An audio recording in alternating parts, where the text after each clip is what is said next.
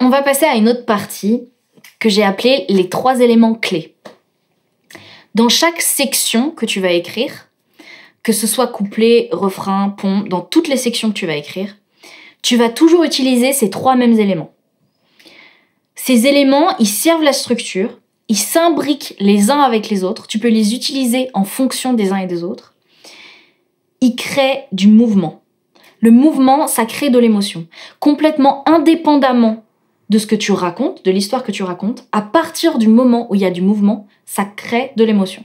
Idéalement, la structuration, via ces 3 éléments, elle devrait même du coup soutenir le propos de ta chanson et le rendre même plus puissant. Les 3 éléments, donc je vais vous les afficher, vous allez les voir. C'est le nombre de lignes, la longueur des lignes et l'organisation des rimes. On va commencer par, du coup, le nombre de lignes.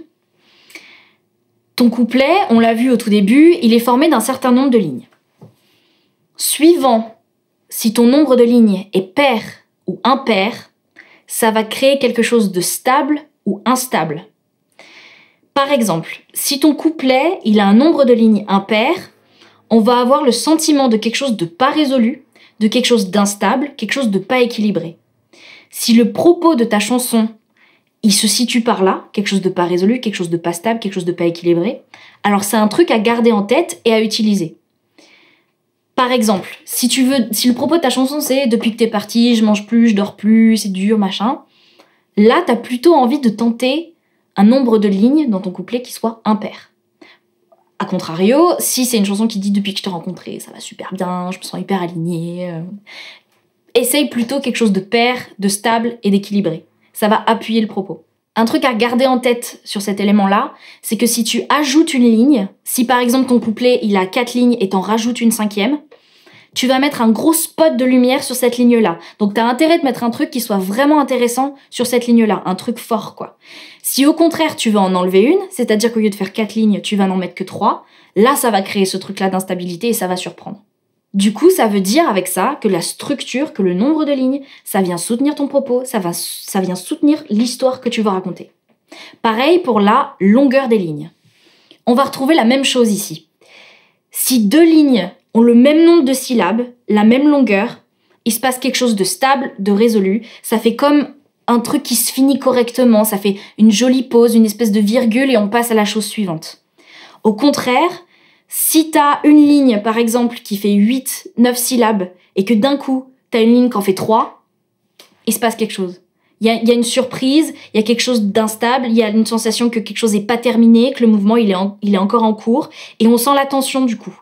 Parce que cette longueur de ligne différente, elle appuie l'instable, et elle appuie le pas résolu. Le 3e élément du coup, c'est l'organisation des rimes.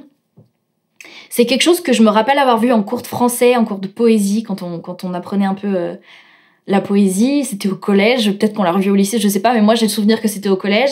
Vous savez, il y a une construction de rimes en A, A, B, B ou A, B, B, A.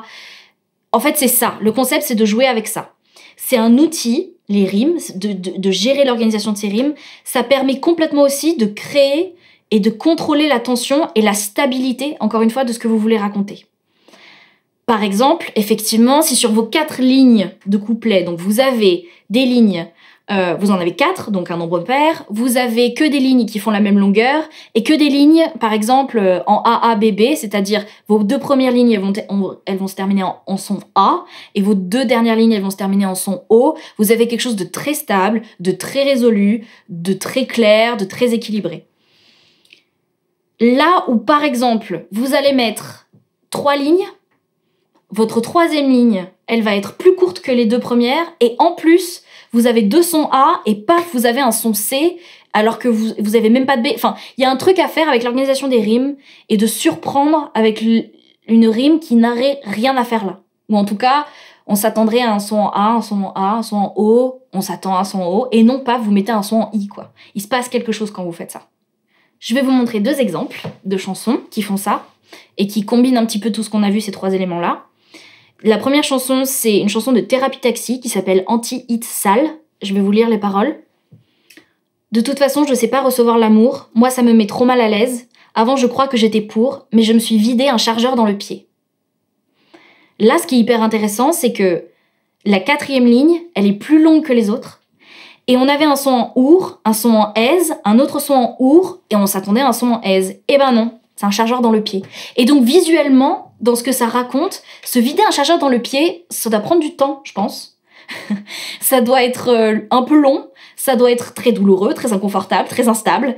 Et du coup, d'avoir fait ce parti pris de dire, ben non, c'est pas la même longueur, ça va dépasser, c'est un autre son, mais ça appuie le propos. On le voit en fait, le chargeur qui se vide dans le pied. D'avoir utilisé cette technique-là, ça a appuyé le propos, ça a appuyé, ça a imagé ce chargeur dans le pied. L'autre exemple que je vais vous donner, c'est une vieille chanson maintenant des années 2000 que j'adorais quand j'étais ado, d'un artiste qui s'appelle Jesse McCartney. Et le titre de la chanson, c'est Invincible. Et c'est une chanson qui parle d'un ami à lui qui a eu un accident de voiture après une soirée où ils étaient et qui est décédé. Cette chanson, elle est... Moi, à l'époque, je parlais encore pas très bien anglais, donc je comprenais pas tout de suite ce que les anglophones y chantaient, quoi, les interprètes anglophones chantaient. Mais je me rappelle avoir lu ce passage. Je vais vous le lire en anglais, du coup, pour que vous entendiez ce qui se passe. September 1st, 2003, it took the life right out of me, hung up the phone, raced out the door, broken. Là, on voit qu'on a 5 lignes, on a un nombre impair. Cette 5e dernière ligne, le mot est très fort, c'est broken. C'est un seul mot plutôt que les 4 ou 5 qu'on a avant. Donc il y a une longueur de ligne qui est différente. Et en plus, on a 2003 qui rime avec me. Après, on a phone et door qui sont quand même un son en haut un peu similaire. Et on arrive avec cette 5e ligne qui se termine en un. Donc qui n'a rien à voir avec les autres rimes. Et je me rappelle avoir entendu ça, mais j'avais, je sais pas, 13-14 ans. Et je comprenais pas, quoi. J'avais pas compris. Mais en tout cas, je savais qu'il y avait un truc qui allait pas, quoi. Et après, quand j'ai lu les paroles, je me suis dit, ah oui, d'accord, ok, c'est grave. Donc, ce mouvement-là, ça m'a créé de l'émotion avant même que je sache de quoi la chanson parlait, quoi. Donc ça marche vraiment, c'est très très fort.